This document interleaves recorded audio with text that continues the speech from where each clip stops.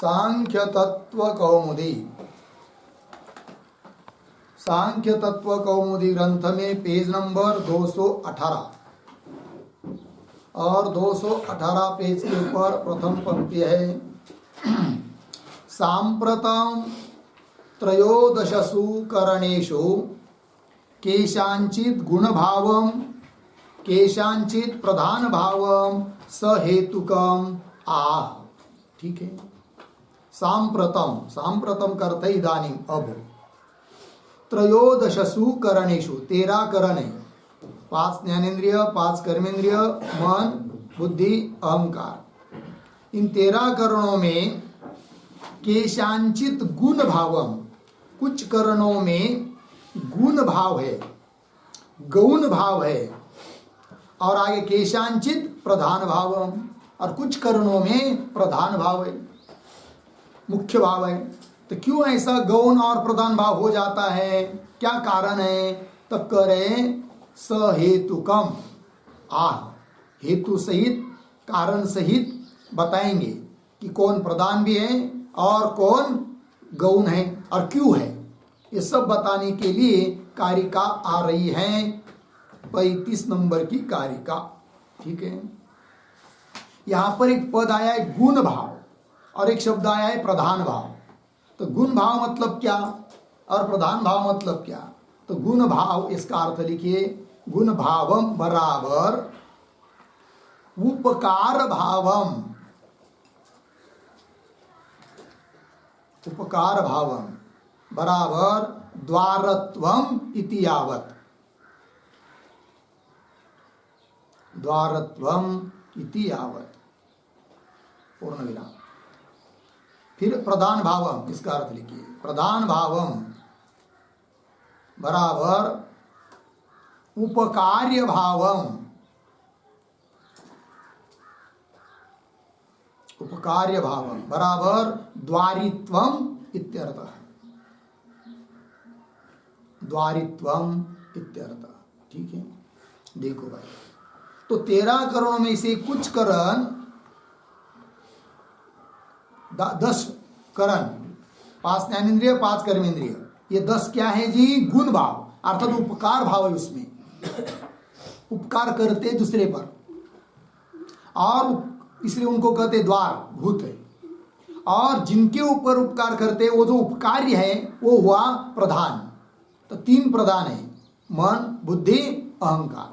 तो प्रधान भावम, उपकार्य भावम अर्थात द्वारित्वम, तो उस को सबको स्पष्ट करके बता रहे हैं कारिका में। तो कारिका का उच्चारण, सांतःकरणा बुद्धि, सर्वं विषयमवगाहते यस्मात्, तस्मात् त्रिविधं करणं,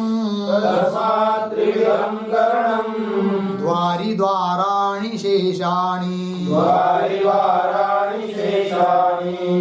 सांतःकरणा बुद्धि सर्वं विषयमवगाहते यस्मात्, तस्मात् त्रिविधं करणं, द्वारि द्वाराणि शेषाणि। पदच्छेद, सांतःकरणा बुद्धि सर्वं विषयम् अवगाहते यस्मात्, तस्मात् त्रिविधं करणं, द्वारि द्वाराणि शेषाणि। अन्वय, पहले पंक्ति में अंतिम का शब्द यस्मात्, फिर शुरू से, सांतःकरणा बुद्धि सर्वं विषयम अवगाहते, नीचे, तस्मात् त्रिविधं करणं द्वारि,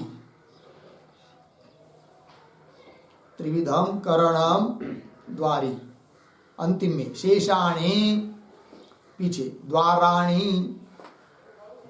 ठीक है। चलिए भाई, इस कारिका का संक्षेपतः थोड़ा सा अर्थ लिख लेंगे। तो लिखते हैं, यस्मात् हेतोः, यस्मात् पद है ना मूल में, यस्मात् हेतोः,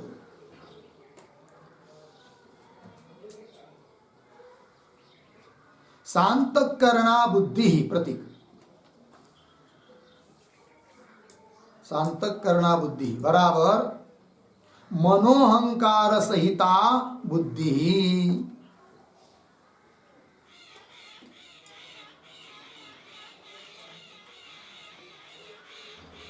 मनोहंकार सहिता बुद्धि अर्धविराम। आगे बाह्येन्द्रियार्पित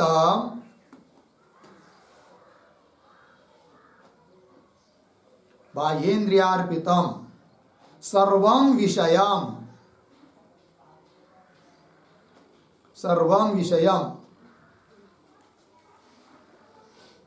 प्रतीक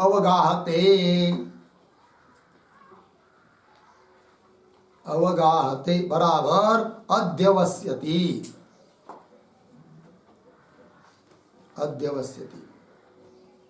पूर्ण विराम।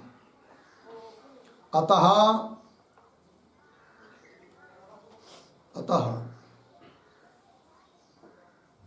मनोहंकार बुद्ध्यात्मक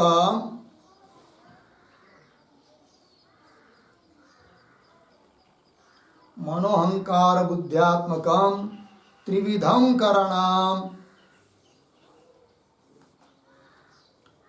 करणं द्वारी भवति।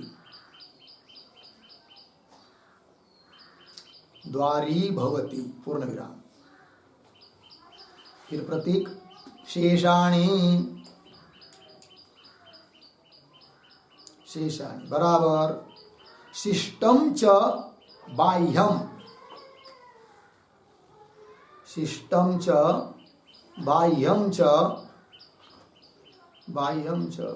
दश विधम करणम द्वारम भवति।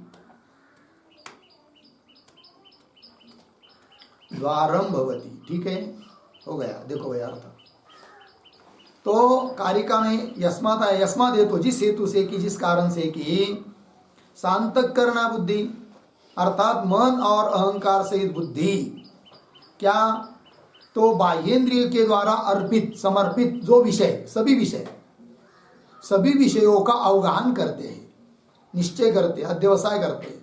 अर्थात चक्षुरादि इंद्रियों के द्वारा जो विषय समर्पित किया जाता है, जैसे मन को दिया तो मन उस पर संकल्प विकल्प करता है, अहंकार फिर उसका अभिमान धारण करता है, फिर वो विषय जाता है बुद्धि की तरफ, फिर बुद्धि अध्यवसाय करती है, निश्चय करती है।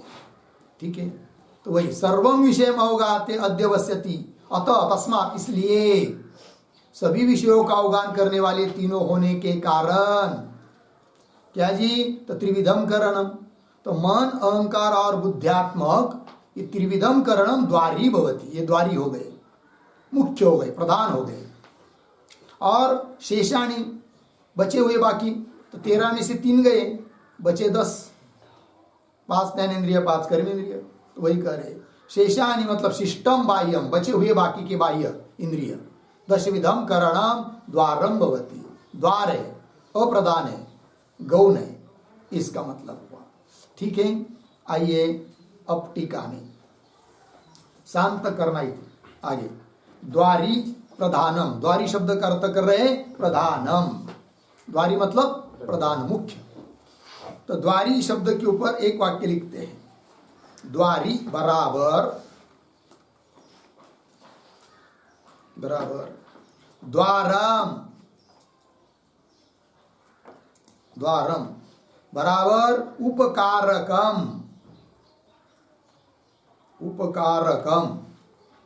अस्य अस्ति इति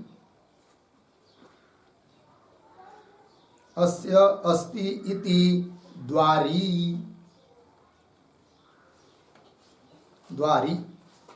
ठीक है, प्रधानम इत्यर्थः। द्वारी बराबर प्रधानम, पूर्ण विराम। आगे होगा इतना। द्वारानी शब्द का भी अर्थ लिख लीजिए फिर। द्वारानी बराबर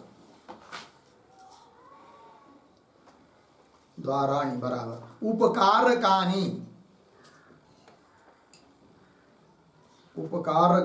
बराबर अप्रधानानि इत्यर्थः।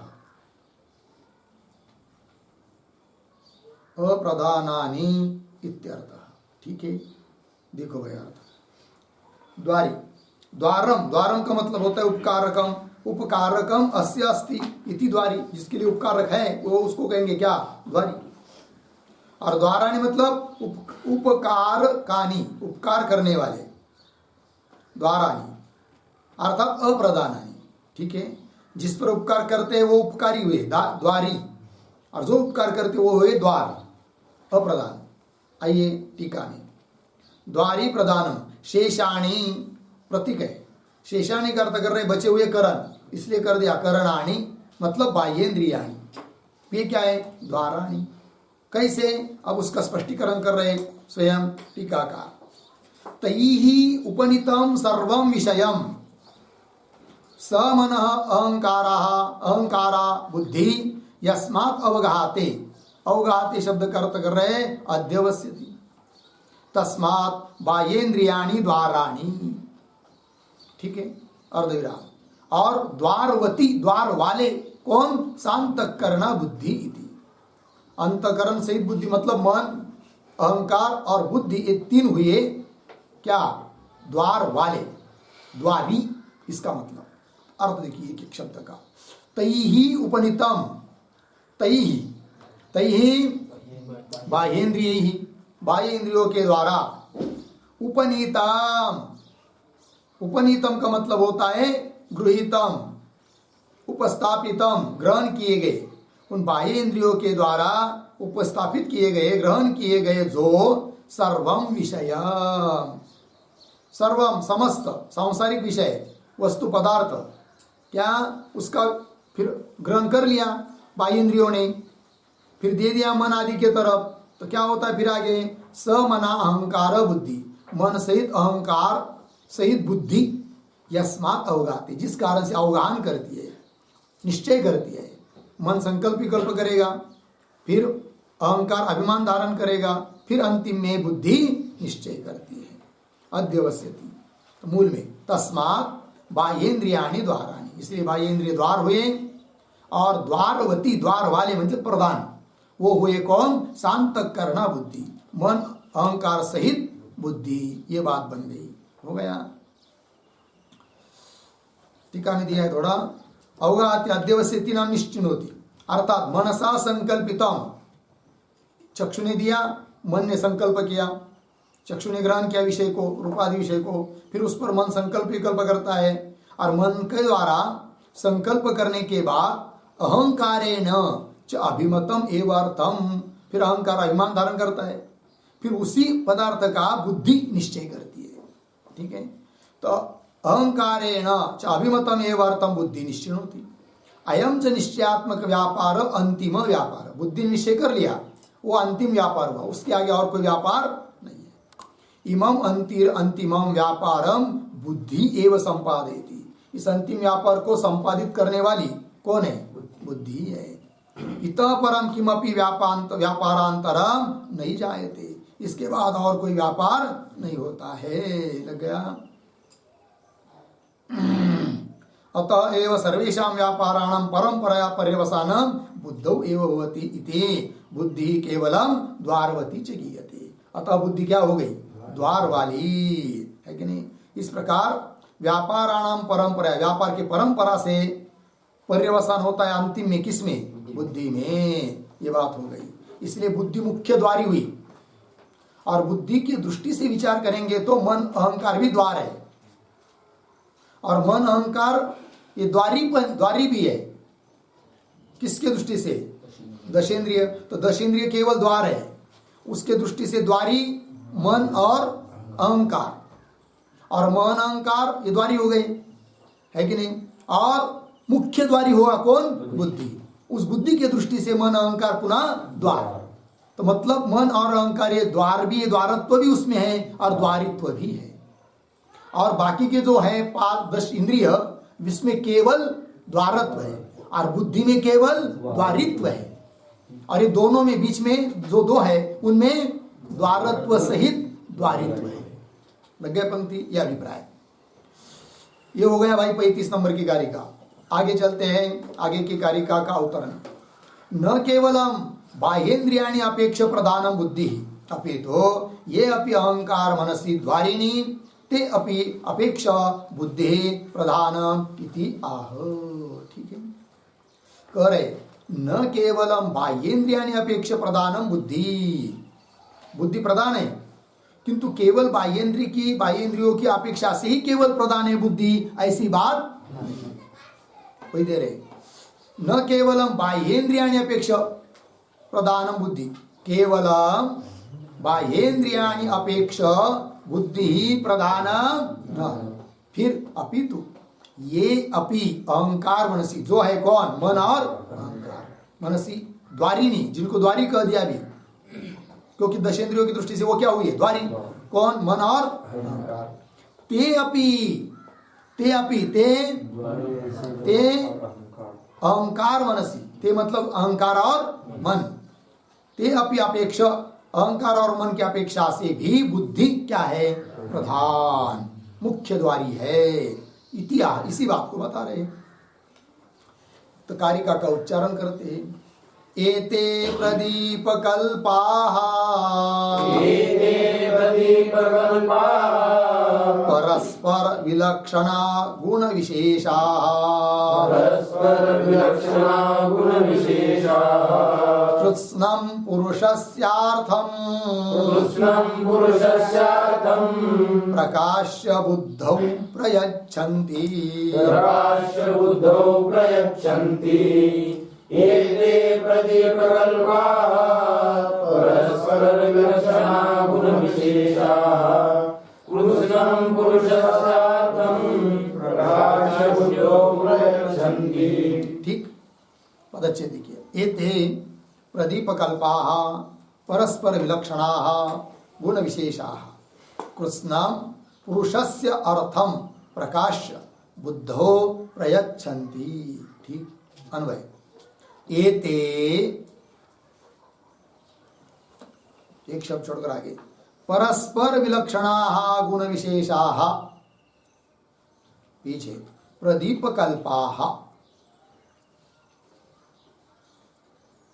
प्रदीपकल्पाः। ठीक, फिर नहीं चाहिए, पुरुषस्य,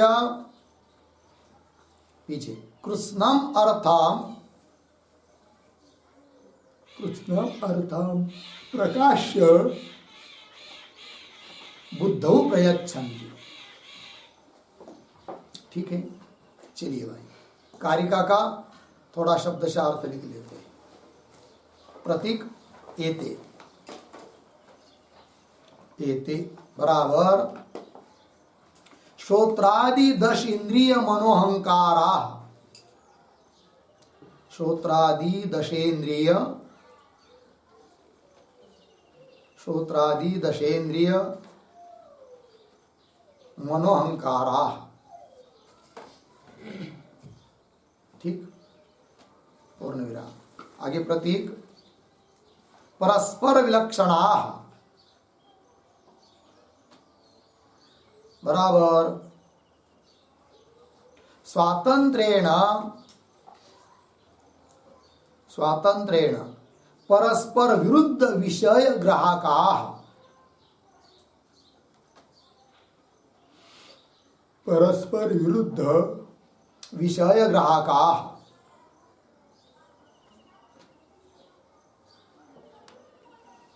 आगे प्रतीक गुण विशेषाः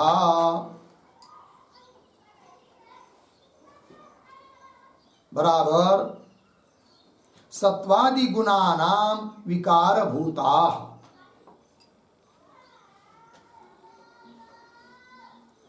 सत्वादि गुणानां विकार भूताः। फिर आगे प्रतीक प्रदीपकल्पाः बराबर दीपक सदृशाः, दीपक सदृशाः। फिर आगे पुरुषस्य, प्रतीक है पुरुषस्य बराबर पुरुषाय,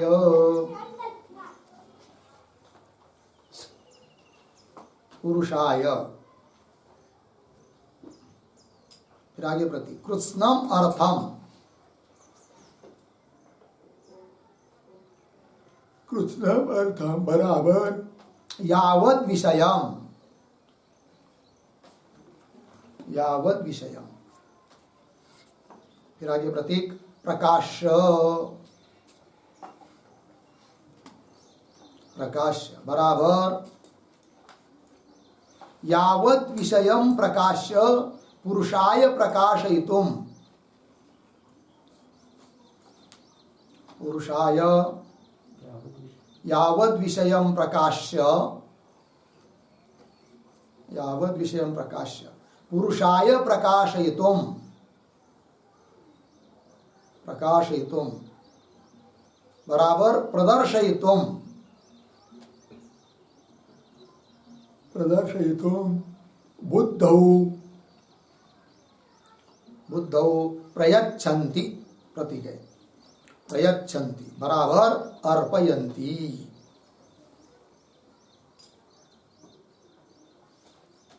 अर्पयन्ति हो गया। देखो भाई अर्थ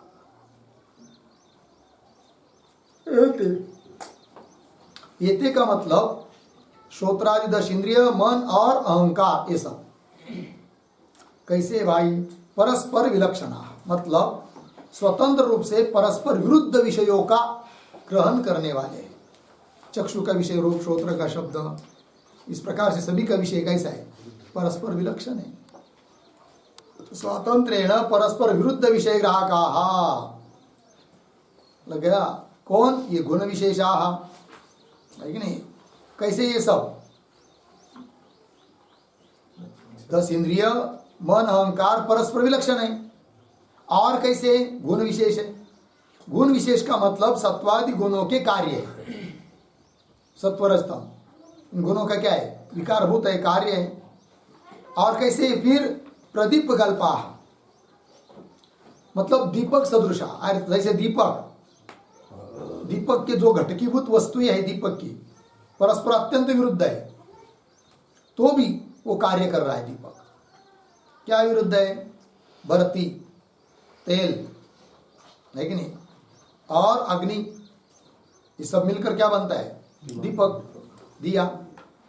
तो तेल, बरती, अग्नि, ऐसा अग्नि के ऊपर वो बरती कपास की बनी हुई बात रख देंगे तो जला देता है, और तेल उस अग्नि के ऊपर डाल देंगे ऐसा तो बुझ जाएगा।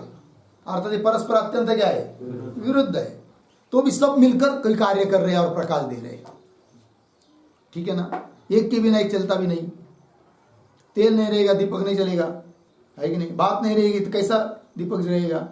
तो दीपक के सदृश सब इंद्रिया भी विरुद्ध अर्थ का ग्रहण करने वाले हैं, तो भी सब मिलकर कुछ उद्देश्य रखा हुआ है, पुरुष के लिए भोग देना है। मन, बुद्धि, मन, अहंकार, बुद्धि के माध्यम से। इसलिए सब क्या करते, 10 इंद्रिय विषयों को ग्रहण करके मन को समर्पित कर देते हैं। मन उस पर आलोचना करता है, संकल्प विकल्प करता है, फिर वो संकल्प विकल्प करके अहंकार को दे देता है। अहंकार उसका अभिमान धारण करता है कि इदम इत्तम, या ऐसा है। फिर वो अहंकार बुद्धि को अर्पण कर देता है, और फिर बुद्धि वो पुरुष को भोग देती है, ठीक है ना जी, ये बात। तो चलिए फिर, तो पुरुषस्य नाम पुरुषाय कृष्णम अर्थम, कृष्णम अर्थम अर्थात यावत विषय, समस्त विषय प्रकाश्य, है कि नहीं, प्रकाश्य प्रतीक है। यावत विषय प्रकाश्य, समस्त विषयों का प्रकाशन करके पुरुषाय प्रकाशितुम, पुरुष को प्रकाशित के लिए मतलब प्रदर्शितुम, पुरुष को दिखाने के लिए बुद्धौ प्रयच्छन्ति, अर्पयन्ति, बुद्धि में सब विषय अर्पित किए जाते हैं, ठीक है। चलिए भाई, टीका एते इति, उदाहरण देकर समझा रहे इस बातों को। ये जो बताया ना अभी कारिका में सिद्धांत, वो दृष्टांत से समझा रहे हैं। जैसे यथा ही ग्रामाध्यक्ष, सरल सरल उदाहरण समझ लेंगे पहले हम लोग। तो एक राजा रहता है, ठीक है, और राजा का कार्यभार चलता है, कैसा चलता है। तो सामान्य जो लोग होते गांव गांव में रहने वाले, उनसे कर वसूला जाता है, ठीक, अलग अलग प्रकार का। फिर वो कर वसूलने वाला कोई गांव में एक व्यक्ति रहता है, तलाटी आदि कोई समझ लीजिए, जो भी होगा, ग्राम सेवक, वो क्या करता है, गांव के लोगों से कर वसूल करता है। फिर वो इकट्ठा किया हुआ कर धन वो किसको देता है? जो तहसील में, तालुका में मुख्य होगा उसको देगा, वो देगा जिले में जो मुख्य होगा उसको देगा, फिर वो राजा को पहुंचा देगा, फिर उससे राजा का कारोबार चलता है। ये जैसी है उस प्रकार यहां पर भी है। तो दृष्टांत दे रहे, देखिए, यथाई ग्रामाध्यक्ष बताया ना। ग्रामाध्यक्ष मतलब गांव का मुखिया या संरक्षक, ठीक है। वो क्या करता है भाई? कौटुंबिकेभ्य, कुटुंब में रहने वाले जो लोग, उनसे करम आदाय, कर को लेकर ग्रहण करके किसको देता है? विषयाध्यक्षाय प्रयच्छ, विषयाध्यक्ष को देता है। फिर वो विषयाध्यक्षश्च सर्वाध्यक्षाय, प्रधानमंत्री सर्वाध्यक्ष को देता है। स च भूपतये, और वो राजा को देता है। लगी पंक्ति? यहां तक दृष्टांत हुआ। अभी दृष्टांत के भी शब्दों समझने के लिए थोड़ा थोड़ा लिखते उस पर। प्रतीक है ग्रामाध्यक्ष बराबर ग्रामस्य अध्यक्ष, ग्रामस्य अध्यक्ष बराबर संरक्षक, संरक्षक बराबर राजकीय कर्मचारी, राजकीय कर्मचारी, पूर्ण विराम। आगे कुटुंब बराबर, कुटुंब बराबर पोष्य वर्ग, पोष्य वर्ग। तत्र भवाः, तत्र भवाः कौटुंबिकाः, कौटुंबिकाः। तेभ्यः बराबर, तेभ्यः बराबर ग्रामीण कृषि वलेभ्यः, ग्रामीण कृषि वलेभ्यः। फिर आगे प्रतीक करम, करम बराबर राजग्राह्य भागम, राजग्राह्य भागम। आगे प्रतीक आदाय, आदाय बराबर गृहीत्वा, गृहीत्वा अर्धविराम। फिर आगे प्रतीक विषयाध्यक्षाय, विषयाध्यक्षाय प्रतीक है बराबर विषय, विषय बराबर जनपद, जनपद कौंस में लिखिए जिला, कौंस बंद। आगे तस्य अध्यक्षाय,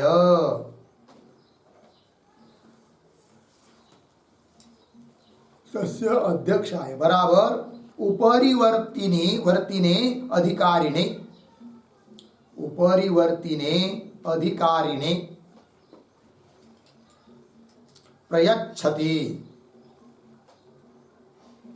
प्रयच्छति बराबर अर्पयति, अर्पयति। ठीक है, देखो भाई अर्थ। तो ग्रामस्य अध्यक्ष, गांव का संरक्षक या राजकीय कर्मचारी, ग्रामाध्यक्ष क्या करता है? वो मूल में है कौटुंबिकेभ्य कर्म आदाय, कौटुंबिक लोगों से कर को ग्रहण करके।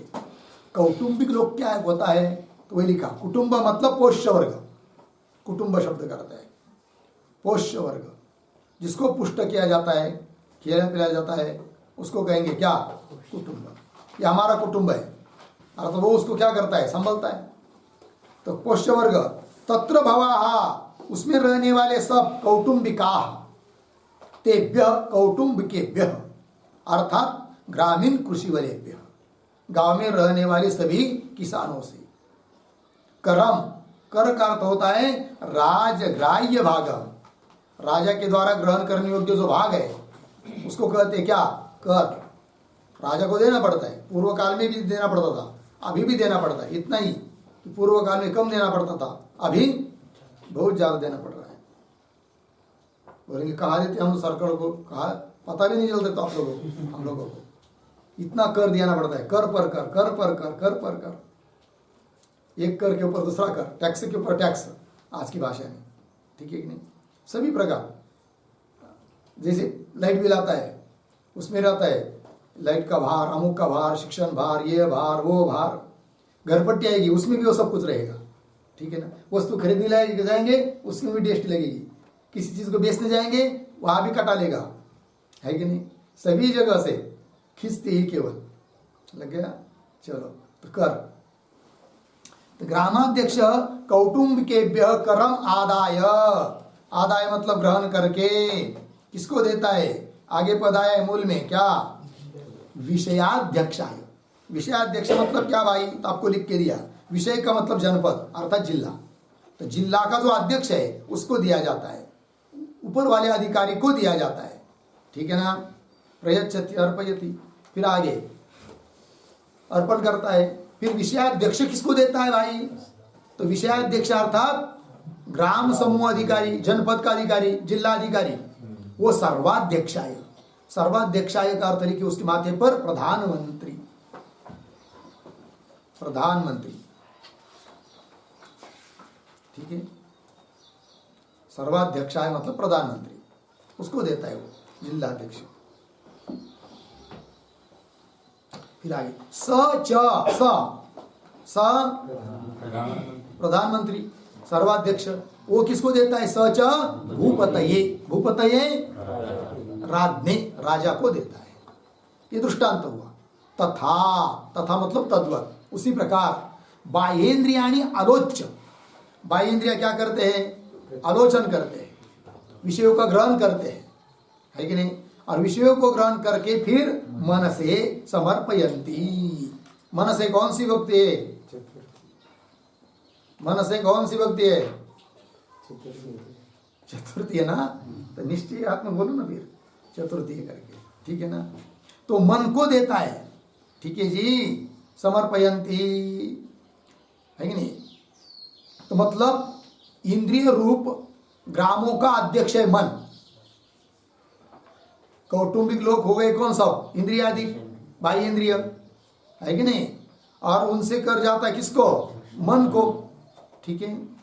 इंद्रिय ग्रामों का, इंद्रिय समूह का अध्यक्ष जो मन, उसको दे जाता है समर्पयन्ति। फिर आगे मनः च संकल्प्य अहंकाराय, फिर उन विषयों का मन संकल्प करके दे देता है किसको, अहंकार को। अहंकार को देता है मतलब किसको देता है, विषयाध्यक्ष, जिलाधिकारी। विषयाध्यक्ष स्थानापन्न है कौन, अहंकार, ठीक है। फिर आगे अहंकार च अभिमत्य, अहंकार उसका अभिमान धारण करके फिर वो आगे पहुंचा देता है किसको, बुद्धि को। अहंकार च अभिमत्य बुद्धौ, अर्थात सर्वाध्यक्ष भूतायाम बुद्धौ, सर्वाध्यक्ष स्वरूप है कौन, बुद्धि, उस बुद्धि को दे देता है। तद इदम उक्तम, यही बात कही है कारिका में, किस पदों से, पुरुषस्यार्थम प्रकाश बुद्धौ प्रयच्छन्ति, पुरुष के लिए अर्थ को प्रकाशित करके बुद्धि को दे दिया जाते सब विषय, ठीक है ना। ये बात आई है कारिका में। आगे चलिए, आगे बाह्येन्द्रिय मनोहंकाराश्च, बाह्य इंद्रिय मन और अहंकार ये सब क्या है, गुण विशेषा, ठीक है। तो गुण विशेषा कारिका में आया था ना पद, तो उसका स्पष्टीकरण कर रहे, गुण विशेषा का अर्थ कर रहे, गुणानाम, गुण मतलब सत्व रज तमसाम, तो गुणानाम सत्व रज तमसाम विकाराः, विकारा शब्द का अर्थ है कार्याणि, गुण जो सत्व रज तम है उनके वो विकार है कि नहीं।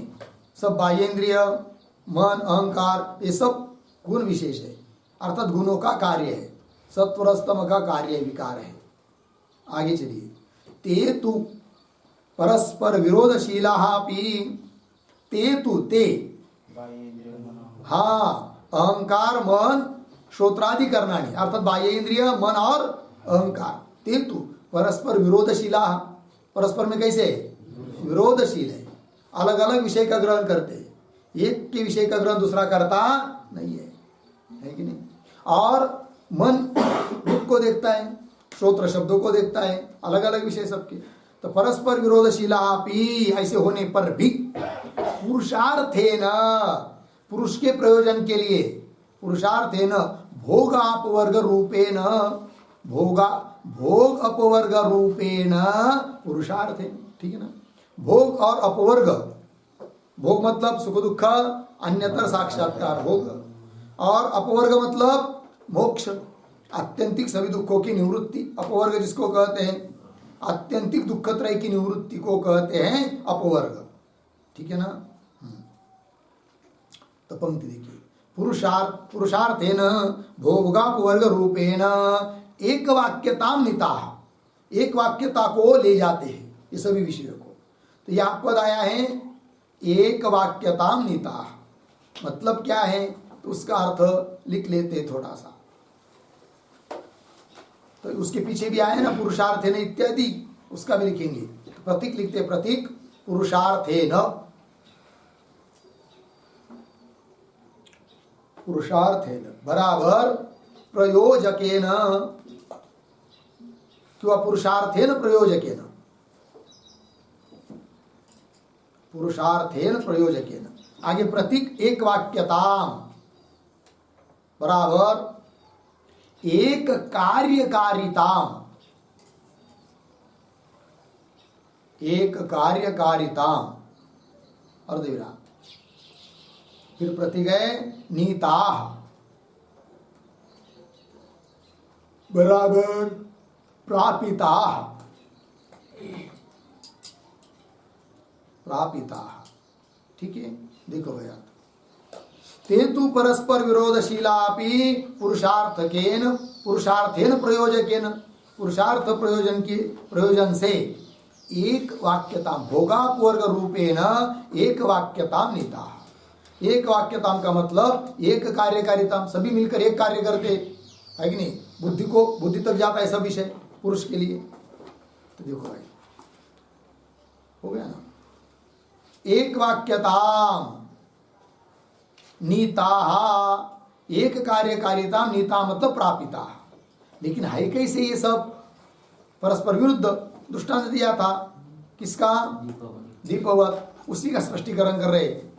यथा वर्ती तैल वन्नय, तीन चीज हुई। वर्ती तैल वन्नय संतम संतमसा अपनयेन, ऐसा पढ़ना।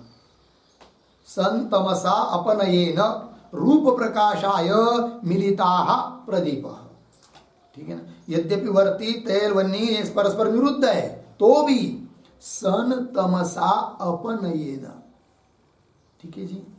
सन तमसा म्हणजे मतलब क्या? अंधकार। संतम मतलब क्या होता है? अंधकार। उसका अपनयेन निवृत्ति द्वारा रूप प्रकाशाय, रूप का प्रकाशन करके मिलिताः प्रदीप, मिलित जैसे वो प्रदीप बन जाते हैं, ठीक है। चलिए भाई थोड़ा सा लिखते इस पर एक वाक्य। प्रतीक प्रदीप कल्पाः सन्तः, प्रदीप कल्पाः सन्तः बराबर यथा विरुद्धाः अपि, यथा विरुद्धाः अपि वर्ती तैलवन्नयः, वर्ती तैलवन्नयः संतमसस्य, संतमसस्य बराबर अंधकारस्य, अंधकारस्य। आगे अपनयेन, अपनयेन बराबर निवृत्ति द्वारा, निवृत्ति द्वारा। घटादि प्रकाशार्थम, घटादि प्रकाशार्थम मिलिताः सन्तः, मिलिताः सन्तः दीपः भूत्वा, दीपः भूत्वा प्रकाशं कुर्वन्ति, प्रकाशं कुर्वन्ति, पूर्ण विराम। फिर आगे प्रतीक तथा एते, तथा एते गुण विशेषाः प्रतीक है। गुण विशेषाः बराबर अहंकारादय सूक्ष्म शरीर भूताः सन्तः, अहंकारादय सूक्ष्म शरीर भूताः सन्तः पुरुषाय, पुरुषाय भोगार्थम अर्थम प्रयच्छन्ति, भोगार्थम अर्थम प्रयच्छन्ति। ठीक है, देखिए भाई अर्थ तो पुरुषार्थ रूप प्रयोजकेन निमित्तेन एक वाक्यता एक कार्यकारिता नीता प्रापिता, कैसे प्रदीपकल्पाः सन्तः, मतलब यथा विरुद्ध अभी वर्ती तैल वन्नी विरुद्ध होने पर भी स्तंतमसस्य अर्थात अंधकारस्य अपनयन निवृत्ति द्वारा अंधकार का नाश कर देता है दीपक, और अंधकार का नाश करके घटादि प्रकाशार्थम घटादिकों का प्रकाश करने के लिए मिलिताः सन्तः मिलित होकर दीप भवति, दीप होता है, दीप होकर प्रकाशम कुर्वन्ति प्रकाश करता है। दृष्टांत हुआ उसी प्रकार तथा एते गुण विशेषाः, ये भी सभी गुण विशेष जो है इंद्रियादिक ये सब अहं कौन है वो गुण विशेष अहंकारादय, अहंकार ज्ञानेन्द्रिय कर्मेंद्रिय ये सब सूक्ष्म शरीर भूता सूक्ष्म शरीर बन जाते हैं, विरुद्ध होने पर भी एक रूप बन जाते हैं, एक कार को एक कार्यकारिता को, है कि नहीं, एक कार्य करना ही जिनका लक्ष्य है ऐसे बन जाते हो, एक कार्यकारिता एक कार्य करने के उद्देश्य से एकत्र आते। तो अहंकारादय सूक्ष्म शरीर भूताः सूक्ष्म शरीर होते हुए पुरुषाय भोगार्थम पुरुष के भोग के लिए अर्थम प्रयच्छन्ति विषयों को देते हैं। ठीक, आइए मूल में तो भोगापवर्ग रूपेण एक वाक्यता नीता यथा वर्ती तैल वन्नय संतमस अपनयन, संतमस अंधकार उसके अपनयन के द्वारा नाश के द्वारा रूप प्रकाशाय रूप का प्रकाशन करने के लिए मिलिताः प्रदीप प्रदीप मिलित हो जाता है सबसे। दृष्टांत हुआ एवं एते गुण विशेषा, उसी प्रकार ये गुण विशेष भी इति योजना, ऐसा अर्थ समझ लेना चाहिए। ये भी गुण विशेष जो इंद्रियादिक हैं वे भी किसी विशेष उद्देश्य से एकत्र होकर कार्य करते हैं, ये बात बता दी। इसके साथ 36 नंबर की कारिका पूर्ण हुई। आगे का विचार हम लोग कल करेंगे। ओम पूर्णमदः पूर्णमिदं पूर्णात्